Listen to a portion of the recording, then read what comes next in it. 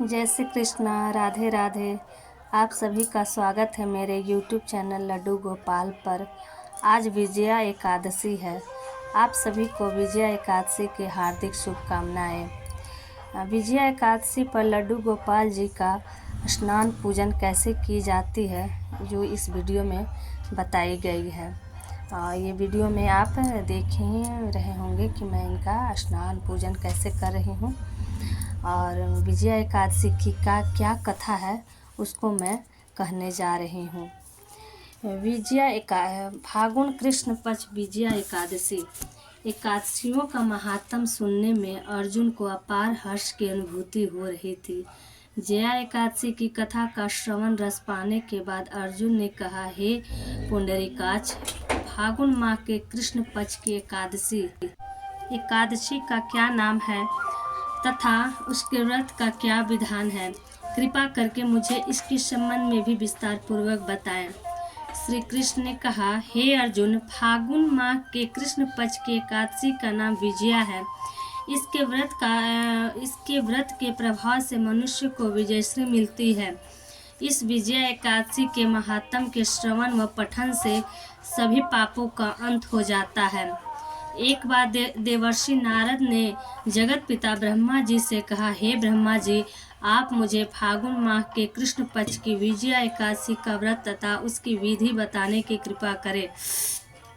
नारद की बात सुन ब्रह्मा जी ने कहा, हे पुत्र, विजया एकादशी का उपवास पूर्व के पाप तथा वर्तमान के पापों को नष्ट करने वाला है।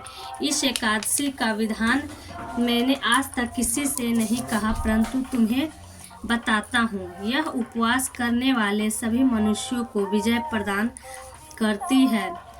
अब श्रद्धा पूर्वक कथा का श्रवण करो। श्री राम को जब 14 वर्ष का वनवास मिला तब वह भ्राता लक्ष्मण तथा माता सीता सहित पंचवटी में निवास करने लगे। उस समय महापापी रावण ने माता सीता का हरण कर लिया। इस दुखद घटना से श्री राम जी तथा लक्ष्मण जी अत्यंत दुखी हुए और सीता जी की खोज में वन वन भटकने लगे। जंगल जंगल घूमते हुए वे मरणासन जटायु के पास जा पहुँचे। जटायु ने उन्हें माता सीता के हरण का पूरा वृतांत सुनाया और भगवान श्री राम जी की गोद में प्राण त्याग कर स्वर्ग की तरफ प्रस्थान किया। कुछ आगे चलकर श्री राम व लक्ष्मण की सुग्रीव जी के साथ मित्रता हो गई और वहां उन्होंने बाली का वध किया। श्री राम भक्त हनुमान जी ने लंका में जाकर माता सीता का पता लगाया और माता से श्री राम जी तथा महाराज सुग्रीव जी की मित्रता का वर्णन सुनाया। वहां से लौटकर हनुमान जी श्री रामचंद्र जी के पास आए और अशोक वाटिका का सारा वृत्तांत कह सुनाया। सब हाल जानने के बाद श्री रामचंद्र जी ने सुग्रीव की सहमति से वानरों तथा भालुओं की सेना सहित लंका की तरफ प्रस्थान किया।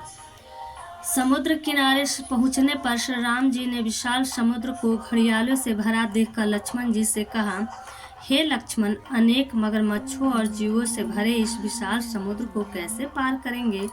प्रभु श्री राम की बात सुनकर लक्ष्मण जी ने कहा, भ्राता श्री, आप पुराण पुरुषोत्तम आदि पुरुष हैं, आपसे कुछ भी विलुप्त नहीं है।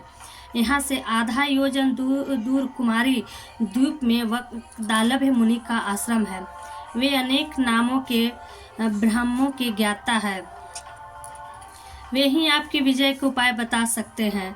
अपने छोटे भाई लक्ष्मण जी के वचनों को सुन श्री राम जी वक्दालभ्य ऋषि के आश्रम में गए और उन्हें प्रणाम कर एक ओर बैठ गए। अपने आश्रम में श्री राम को आया देख महर्षि वक्दालभ्य ने पूछा, हे श्री राम, आपने किस प्रयोजन से मेरी कुटिया को पवित्र किया है?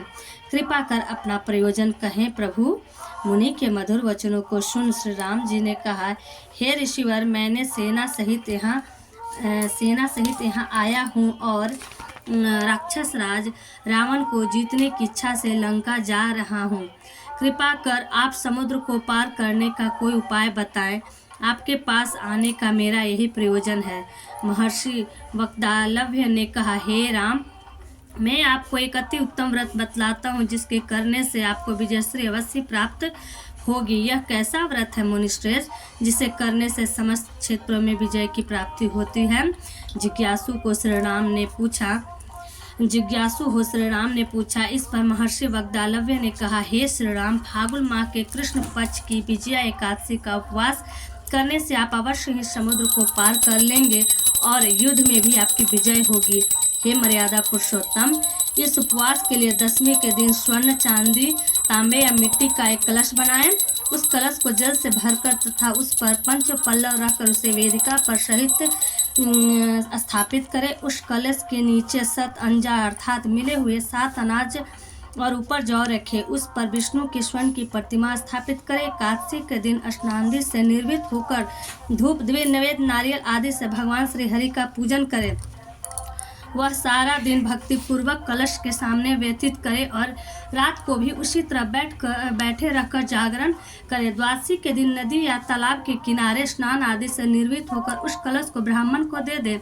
हे दशरथ नंदन, यदि आप इस व्रत को सेनापतियों के साथ करेंगे तो अवश्य विजयश्री आपका वरण करेगी। मुनि के वचन सुन तब श्री रामचंद्र जी ने विधि पूर्वक विजया एकादशी का व्रत किया और इसके प्रभाव से राक्षसों के ऊपर विजय प्राप्त की। हे अर्जुन, जो मनुष्य इस व्रत के पूजन करेगा उनकी तीनों लोकों में विजय होगी।